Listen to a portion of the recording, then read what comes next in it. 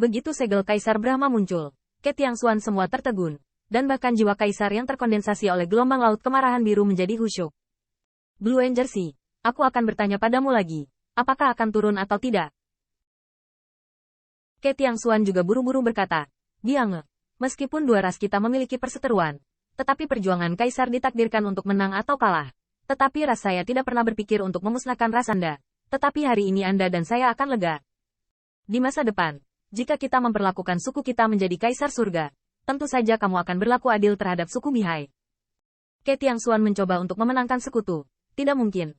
Kekuatan permaisuri terlalu tirani. Dan di pihak mereka, palu Kaisar Lu Yue tidak dibawa. Dan senjata Kaisar Bihai juga dibalas. Permaisuri kunci juga membawa segel Kaisar Brahma. Dan jika mereka benar-benar bertarung, mereka pasti akan jatuh lebih buruk. Selain itu, apa yang dikatakan Ke Tiangxuan adalah kebenaran.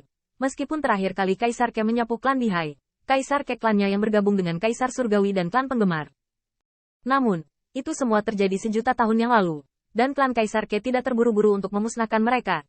Sebaliknya, klan Kaisar 18 Qin Yi Chen bertemu saat itu untuk menaklukkan Bihai yang selamat adalah keputusan Kaisar Surga. Namun, Blue Angersi sama sekali tidak menghargainya, dan langit runtuh, dan bintang-bintang mengamuk dengan hebat. Ke Tiangxuan, kamu sangat mesum. Terlepas dari klan Kaisar Ke, atau anak-anak Yuan Tian. Itu hanya rakun. Binuhai mengangkat kepalanya dengan marah, menatap permaisuri dan berteriak ke langit, dan bahkan mencibir, Kaisar Yuan Tian. Sial. Tapi itu hanya tuan yang baik. Atau, giliranmu untuk duduk sebagai permaisuri? Wajah Kaisar berangsur-angsur menjadi suram. Tidak hanya itu.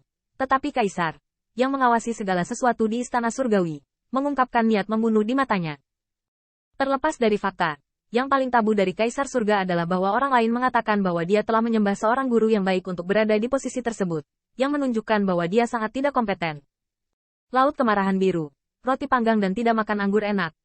Pada saat ini, Kaisar memegang segel Kaisar Brahma, dan tiba-tiba segel Kaisar dikorbankan dan diubah menjadi kemegahan yang tak terbatas. Segel Kaisar meledak dari kemuliaan, seperti retakan di langit, ditekan. Ayahku menggunakan segel ini untuk mematahkan angan-angan klanmu untuk mengalahkan musuh dan menjadi kaisar. Hari ini, istana ini hanya akan mengulanginya lagi. Ledakan. Tanda seru. Tanda seru. Segel Kaisar Brahma jatuh, secara langsung menyebabkan puluhan ribu mil Tianhe menguap dan hancur. Gelombang bintang melawan arus, dan kekuatan kaisar yang luar biasa. Cara kekuasaan kekaisaran ini membuat Qin Yi Chen semua merasa bahwa dunia akan hancur berantakan dan bebannya sangat berat. Dalam waktu singkat, mereka hampir hancur menjadi bubuk. Tetapi Blue Angersi sama sekali tidak takut, dan melihat gelombang kemarahan yang tak berujung, membuat tubuhnya semakin besar, dan dalam waktu singkat, lengan para dewa benar-benar naik dari langit, seolah ingin menangkap segel kaisar. Di atas Tianhe aku adalah rajanya. Tuan Fan Yu, dasar wanita bodoh. Benarkah dewa itu siap membantu Anda? Permaisuri mencibir, dan kekuatan ilahi mengalir ke segel Kaisar Brahma, berubah menjadi paksaan tak terbatas, mengguncang bumi. Di bawah seluruh dunia, mungkinkah itu tanah kaisar? Kamu berani menjadi raja jika kalah dalam hal yang sepele? Ledakan. Tanda seru. Tanda seru. Di satu sisi, mengandalkan pengorbanan generasi artefak Kaisar Bihai dan pemulihan terakhir dari Luyu Emperor Hammer, jiwa Kaisar Bihai telah muncul kembali, dan sekarang mengandalkan manfaat dari Tianhe untuk membuat gelombang.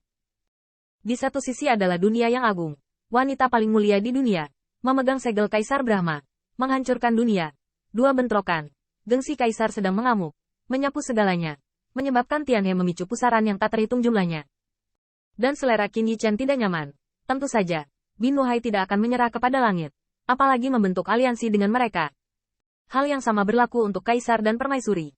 Untuk merebut senjata kekaisaran Bihai, mereka tidak akan melepaskannya. Dua bentrokan itu, dan hanya akibatnya yang akan menyebabkan mereka hancur. Seperti rumput bebek di tengah hujan, mereka dapat dihancurkan kapan saja. Tidak hanya itu, 4 raja pemetik bintang juga membunuh Qin Yi Chen bersama-sama, mengubah langit yang perkasa menjadi bayangan yang kokoh, menghancurkan pegunungan dan mengguncang pegunungan dengan telapak tangan para dewa, menghancurkan dan membunuh Qin Yi Chen. Thief Knife, bukankah kamu gila selama pertempuran Tianhe pertama? Sekarang karena alat kekaisaran Bihai tidak ada, Anda dapat mencoba yang lain. Dewa perkasa dari Ling yang perkasa, kekuatan Raja Surgawi membungkuk, dan Qin Yi Chen sekarang tidak memiliki artefak Kaisar Bihai di tangannya, tetapi cahaya pedang. Tetapi membumbung ke langit. Bum bum bum. Cahaya pedang mengamuk secara horizontal, dan cahaya pedang yang tak terhitung jumlahnya membentuk jaring pedang yang menutupi langit dan matahari. Ketika mereka bertabrakan dengan kekuatan besar dari Raja Surgawi, mereka meledak ke langit.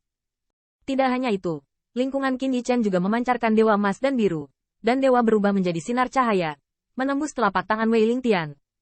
Rusak. Sinar cahaya itu diubah oleh jarum ilahi Heze yang menekan Kaisar Iblis Sah Hitam. Dalam waktu singkat, Wei Lingtian mengerang kesakitan, dan telapak tangan dewa bergerak-gerak. Bahkan kekuatan Raja Surgawi yang dipadatkan oleh telapak tangan dihancurkan oleh Qin Yichen dalam satu gerakan. Pisau pencuri, kamu memiliki banyak harta. Wei Lingtian menggunakan tangannya yang lain dengan menyakitkan, seolah-olah menarik duri. Dia ingin mengeluarkan jarum ajaib, dan bahkan ingin menghapus merek Daoyun Qin Yichen, dan mengambil jarum ajaib itu sebagai miliknya. Tubuh Raja Surga yang diubah oleh Wei Lingtian sangat agung, dan itu seperti raksasa di Tianhe yang dalam dan tak terbatas. Bahkan jika Qin Yichen menusuk jarum besar dari jarum dewa ke telapak tangannya, itu masih seperti jarum. Tetapi pada saat ini, jarum-jarum ilahi itu berputar cepat, dan kekuatannya bersinar terus-menerus saat mereka berputar. Mereka benar-benar mengebor ke telapak tangan Wei Lingtian. Tidak baik. Wei Lingtian terkejut, dan pada saat yang sama lebih cemburu, mampu mematahkan telapak tangannya. Jika ini ingin membiarkan jarum dewa masuk ke tubuhnya, tubuh surgawinya, saya khawatir jarum dewa tidak dapat menahannya. Pada saat itu, organ dalam harus ditembus, dan pembuluh darah yang tak terhitung jumlahnya akan rusak.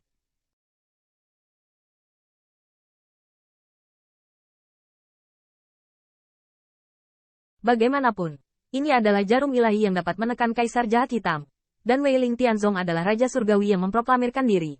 Tetapi bagaimanapun, itu bukan seorang kaisar. Ledakan. Tanda seru. Tanda seru. Saya melihat telapak tangan Wei Lingtian menyemburkan cahaya ilahi, meletus seperti air terjun dewa. Kekuatan besar. Itu adalah kekuatan darah dewa dari darah dewa yang memaksa jarum dewa keluar. Namun, ketika Wei Lingtian mengangkat kepalanya lagi, dia melihat Qin Yichen yang perlahan berjalan ke sisi orang lain. Tubuh masa depan. Kamu benar. Aku punya banyak harta. Untuk membunuhmu, lebih dari cukup. Tubuh masa depan yang keluar masih tidak memiliki alat kekaisaran bihai di tangannya. Tetapi pedang itu penuh cahaya. Tetapi Wei Lingtian tampak marah. Pisau pencuri. Kaisar bihai sudah pergi. Aku berani berpose di depan raja ini. Mati. Tanda seru. Tanda seru. Wei Lingtian sangat marah, dan kekuatan keilahiannya menjadi semakin agung dan sombong. Sementara dua Qin Yichen saling silang dan bersilangan, menebas dengan amarah, dan terbang di sekitar Wei Lingtian.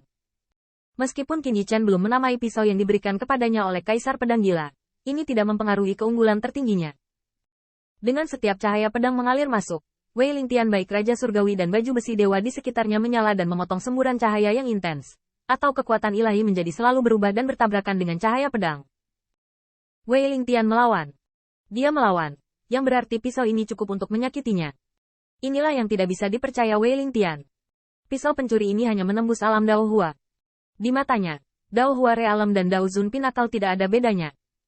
Tetapi ketika pedang Qin Yichen datang, dia tahu bahwa dia harus melawan. Jika tidak, tepi di dalamnya pasti akan memotong diri Anda sendiri.